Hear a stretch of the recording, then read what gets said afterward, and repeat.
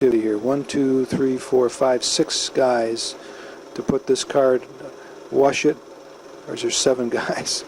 Drop it down, another guy gets in, drives it away, bring the next one up. I think they put about 20-30 cars on the QE2, and this was included in the price of the shipping, so we not only got our car back free, but we had our free transportation on this luxury liner. Here it is, the tugboat's pulling the QE2 in right now, coming into Cherbourg Harbor after having left from, where did it leave from? Left somewhere on the English side, not Liverpool, but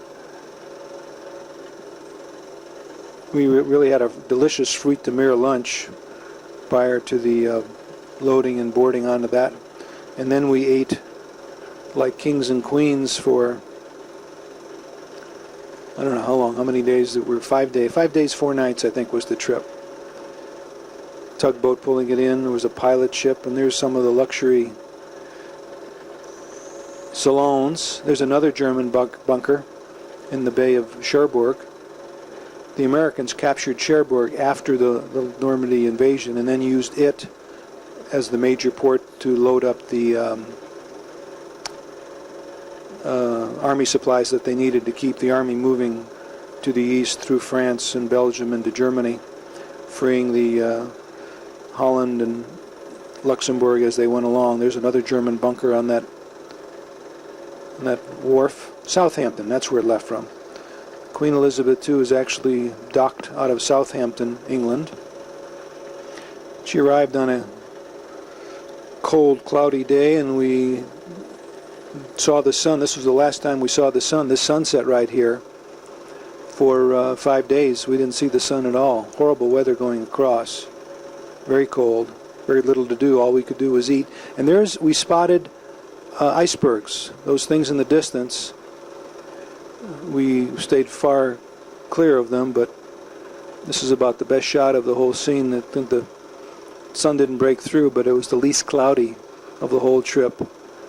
And this is what it looks like from one of the vantage points. There's the iceberg, some of the icebergs in the distance. Of course, everybody knows the story of the Titanic. We didn't want to repeat that incident on our crossing. There's New York City waiting for us. There's the sky jump from the World's Fair of 1962. There's one of the tall ships that was in the harbor. We arrived on July 3rd, 1976, just in time for the 4th of July celebration in Boston. We caught that. 1776 to 1976, 200 years of history. There's the Verrazano Narrows Bridge, and we actually arrived in New York before dawn, and the QE2's license allowed it to go in and dock at dawn. Here's 4 kids watching the flag being raised. The U.S. flag went up, and the kids watched that and helped that. And then we didn't know what they were doing at first. They were going under the Verrazano Narrows Bridge there. Cunard lines, Cunard lines. There's the British flags flying in the breeze. Sun is just coming up. Had the false dawn, and now the sun is starting to break through the clouds. There was an awful lot of things to do on the boat, by the way. They had an indoor pool and workout room on board, but we didn't use it very much. We were too busy eating. We did play a lot of ping pong. We had 3 double rooms.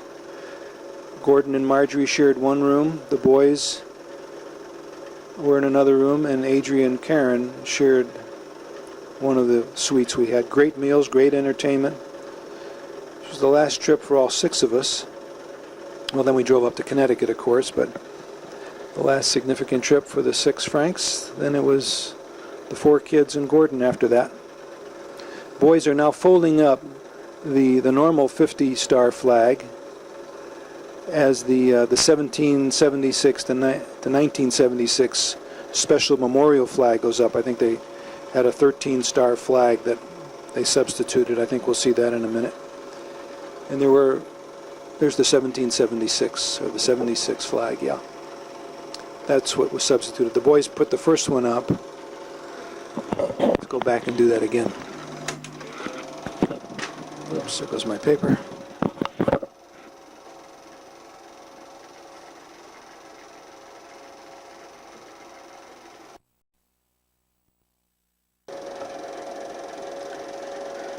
'76 banner goes up for this 200-year celebration.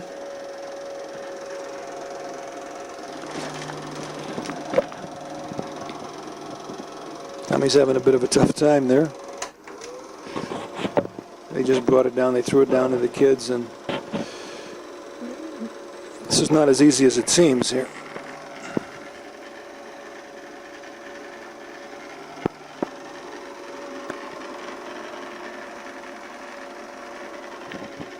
Attaboy, Tommy. This is where your Cub Scout, Boy Scout training sure came in handy, right? Tank Frank.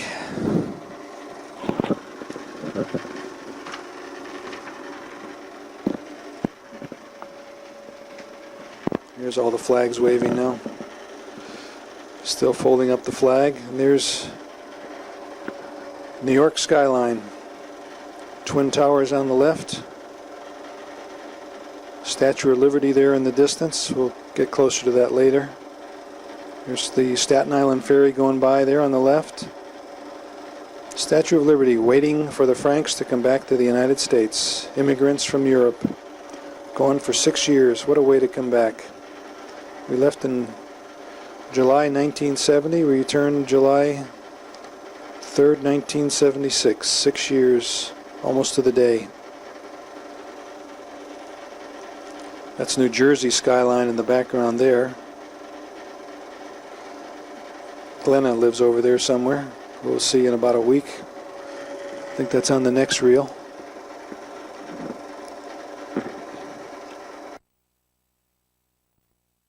Immigrants. So there's a beautiful art shot coming up. Watch.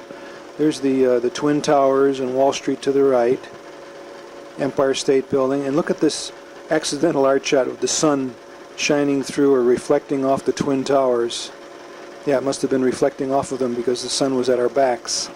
So as the boat was, the QEII was going into up the Hudson River, we're just moving right along. There's Wall Street. That's the view of that's the City Hall of New York City.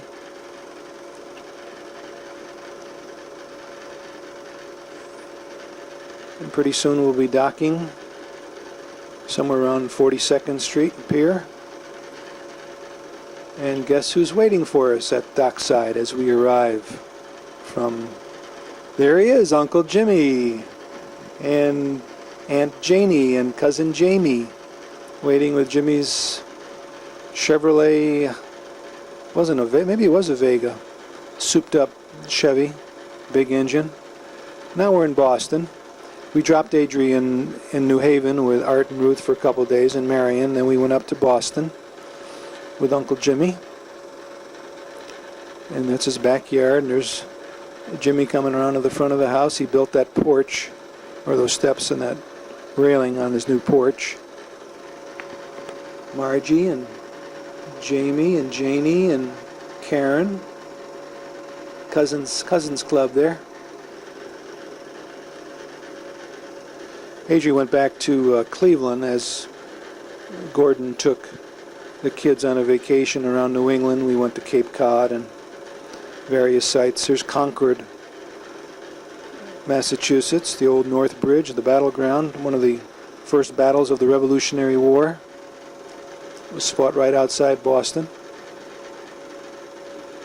Here goes Margie's getting a lift up on top there. Tank Frank, number 42. And this is the bridge that Paul Revere rode over to warn the citizens that the British are coming. The British are coming. And here's one of the citizens that he warned. And she's still there telling people the story when Paul Revere rode over the bridge and warned her father that better watch out, the British are coming to beat you up. Oh, now we're in the Boston Commons, the scene of the famous Trumpet of the Swan. There's the swans in the background. And we'd read about the Trumpet of the Swan so many times with the swan flying looking for a place to land and finally found Boston.